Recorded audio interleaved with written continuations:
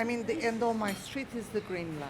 So I remember men and young boys coming from the same neighborhood and filling bags with that sun to create the green line in 63 in my street.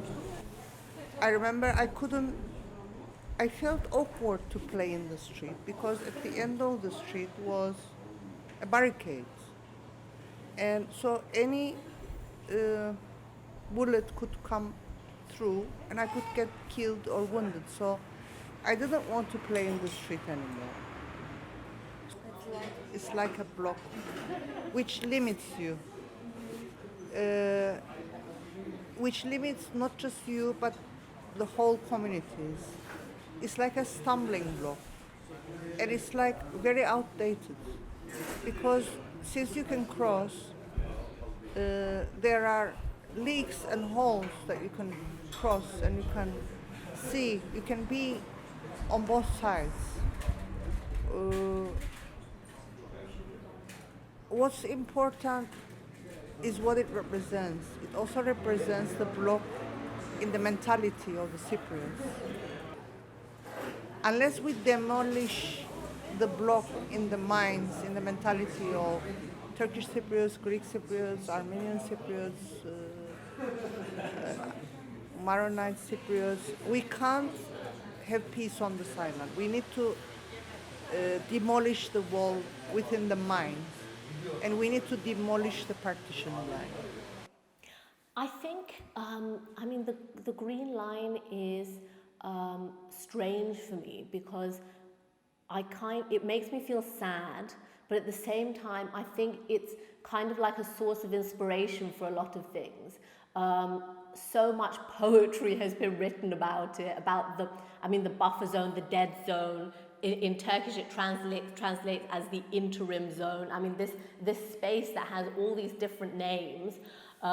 Somebody said to me recently, but it's not the dead zone. There are living things in there. I mean, okay, sure, if you want to think of it that way. I mean, it's weird because there are all these different terms for it, and each of us calls it something different as well.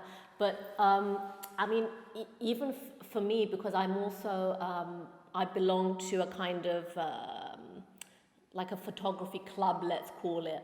We have a Facebook page called Old Nicosia Revealed, where we take pictures of loads of different things, basically. But for me, the buffer zone is interesting for me because there are a lot of abandoned houses and things that kind of show the way life once was.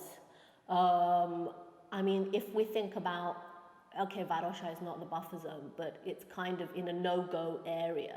I mean, if we think about that space, you're looking at these houses that were built like 50s, 60s, early 70s, even before that. And these are places that tell a story. Next to the Ayos Gomedios checkpoint, for example, if you walk the green line there, you can see, I think, several houses within the buffer zone, which for me are fascinating because, people lived there once upon a time, but now we're living on this side, new houses have been built, and, for example, I can't go into that area, I can't go into that house, I can't, find out who lived there. In terms of architecture, I think it's fascinating. In terms of flora and fauna and stuff like, and, probably dangerous things, whatever.